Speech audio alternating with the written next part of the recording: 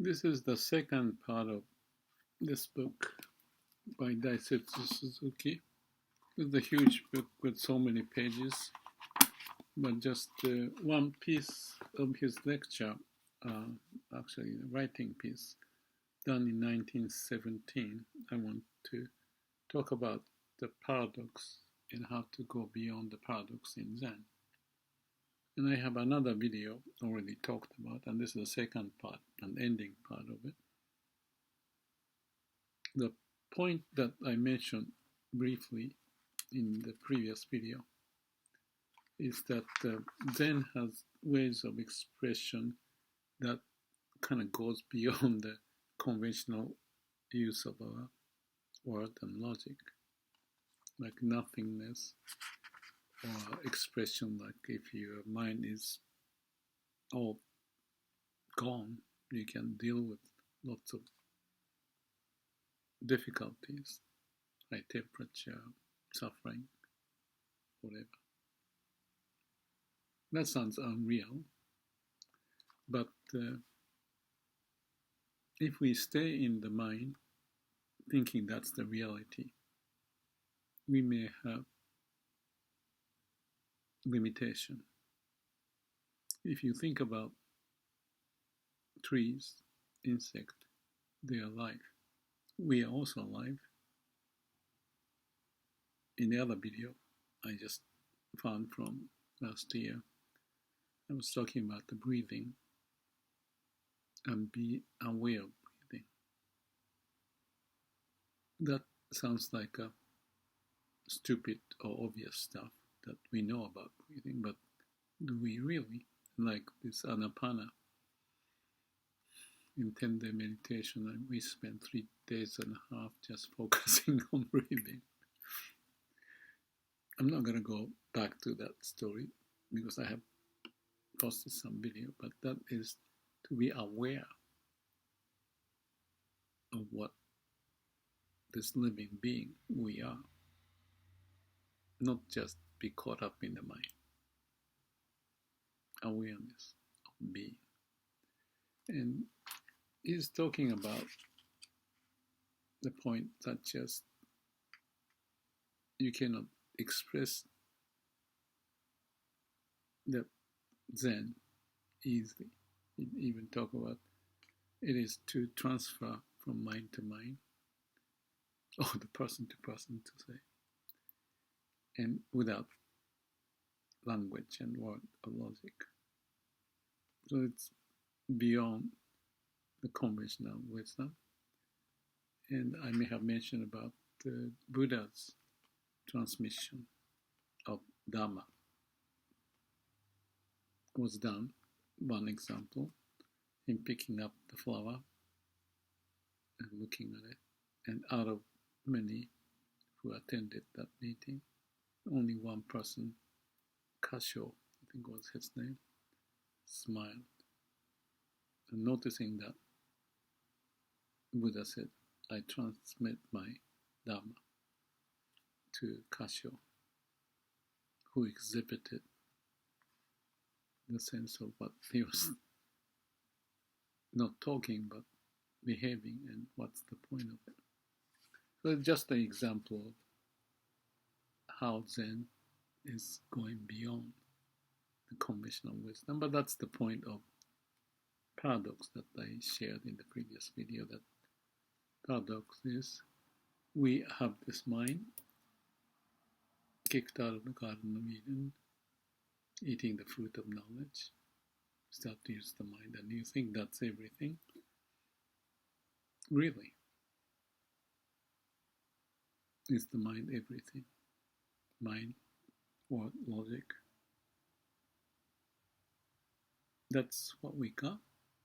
But we also have living body, the heart beating, blood circulating, all the stuff going on to keep us alive. Being alive is being creative, going beyond the law of entropy. And Zen is not to be just caught up in the mind, not right and wrong, good and bad. affirmative, negative, but beyond that, because all I said, those dualistic notion is common for us to learn from the childhood. Your mother or father explained, this is dangerous, this is good, that person is so and so, and this person is so and so. Characterization. We configured our mind, but there's something possibly missing if we just stay in the mind, to go beyond, to be not just consumed in the mind, like a mechanical process of doing things, but rather to be creative beyond the mind. So in the book I said, use the brain, and the Dalai Lama's forward to that same book. He was pointing the importance of saying that at the same time, listen to your heart. I said, and then living the mission. It's a book called The Result from the Heart, but it's just the word and logic. And actually there's an episode I said something about it is okay, but it is not okay, but it is okay, something like that. So it's a paradox. When I face some event, I thought that's the way to handle it. It's not okay in our mind, but it's okay in our whole being, in our heart, the way of the universe, because that's what it is. So that's one expression with my experience. And also, if I talk about my awakening experience, the same, that the mind is consuming itself, that this is painful to sit such a long time. I was sweating. This is the 8th day in the afternoon. I questioned, is it because I'm trying to escape from the pain? I have pain. So I kind of switched my view, observing what is. And then I had this, what they call banga, like a kensho or satori in Japanese, which is like a whole body is happy to express itself. I didn't get the idea of why it happened, but I was smiling and my body was not aching, because I've never, since I had this awakened body, I went beyond the pain of physical. So, experiential wisdom, we have talked about no thinking, emptiness, things of that nature.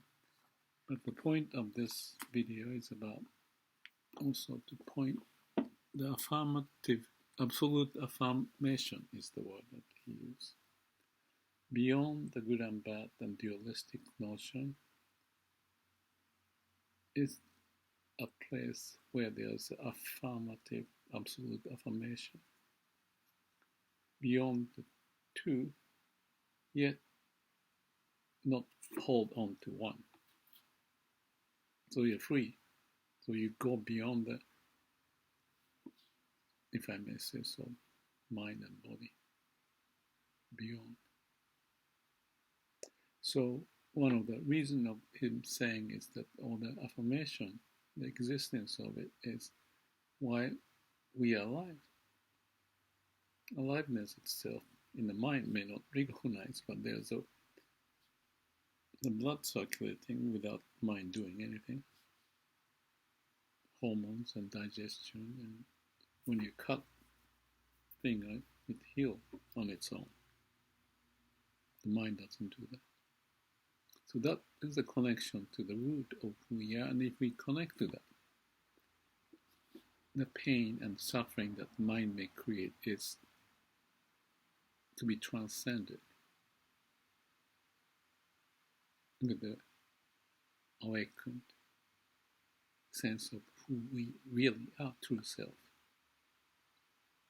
So, Joshu, one of the Zen monks, often pops up in the Zen story from China, use, as Daisetz point out, famous saying is that he used 12 hours, meaning he used time, not to be used by time. Daisetz says, possibility comes out of impossibility. Within the relative duality, directly we find absolute affirmation of life or the way of nature. So it's beyond the logic of good and bad. And that's why he also point that you need to go back to the Garden of Eden, because the trees, spider, fly, he posted some video about the fly and spider previously. They're like aware. They're absolutely in the state of being, free from the human suffering. They're connected to the root of our life. It's their existence is absolute affirmation. He doesn't point about the example of such a spider and all that, but that's my other improvisation of his point. So when you have that absolute affirmation, that's the Satori state. And there are many expressions which may grab and dwell on it, but it's the whole understanding of what this is what this piece of 35 pages of his writing is pointing in the year 1917, 100 years ago. So there are masters, they call masters, who talked about nothingness, or here the one hand clapping, like Hakuin, and there's a monk, Gute, who pointed. People asked the question, and he just raised the finger. Just be aware. Or Rinzai may say cats. Or, I forgot who this was, but he talked about what's the essence of the transmission of Dharma, and his answer was the tree out there. Kujushi, I forgot what could be in English term, but just a tree standing. That is the absolute affirmation. So this may sound like a little joke, but he's serious about it. He spent the whole life, and you may think this is stupid. I had to go through those questions, and still some of the core ones I may not have figured out the puzzles of Zen. But roughly speaking, or more importantly, my YouTube video is kind of pointing the sign of those wisdom that I encounter in my life, hoping that my limited skill compared to the many books Daisetz have written. I only have 3 English books, but I couldn't write any more because just like teaching without words, kind of Zen spirit, but yet I still see, and that's the connection to the root of being, still comes out in some language expression, as in the case of nothingness or the one hand clapping or whatever the case is, that I have my version of it to relate to the absolute sense of affirmation, to confirm sort of meaning of life or being my existence or about the universe, how it's functioning, because you have those things. Let me just point a few more things. So he's talking about the liveliness that comes with Zen, because worries don't bother me. And you have the root connected. You live not out of the brain as much, but rooted to who you really are. Instead, people may commit suicide or have suffering, like I mentioned that I was in pain. There's a special term which says mujo jibaku. Without rope, you tangle up yourself in the rope to have the pain. It's sad, but the mind can do that. We are trained to use the mind with good and bad. But where we came originally and how we are living without the mind's help, or maybe related to mind, because the mind can suppress or cause suffering in your stomach or cause cancer or whatever the case may be. So there is, beyond that, logic, psychology, ethics, or even religion, there is just the life itself, pure, truthful way of living. And that's the whole of Zen, except when you share it. Not just like a wheels always showing the flower. There's some work to go to communicate. But ultimately, it's just the pointing. The moon is the expression. The words are, the sentence are pointing. You need to grab that or connect to the root of who you are. So that's the brief story of Zen. And the whole point of Zen is that nothing more than this absolute affirmation of being. And for that, you may find your third eye, awareness, state of being with you. And that may be cultivated by the training, like breathing I mentioned earlier, or vipassana, or koan, and tons of to give you a hint. To me, that has been and will be an interesting journey, but I found that out of so many books he's written and just few pages point something very important, which is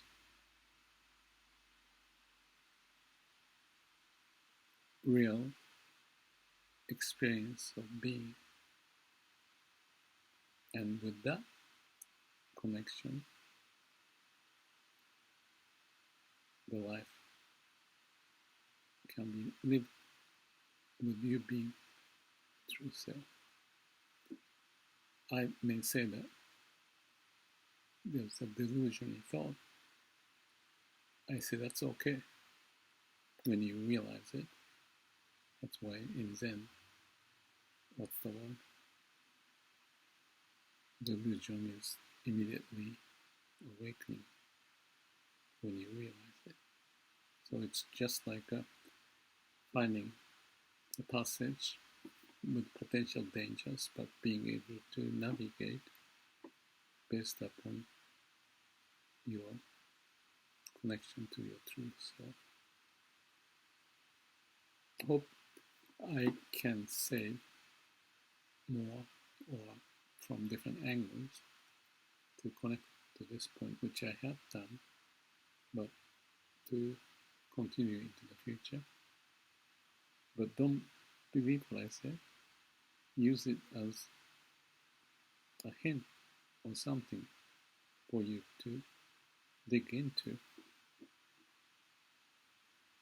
because it's you, your life, not for me to tell you what to do.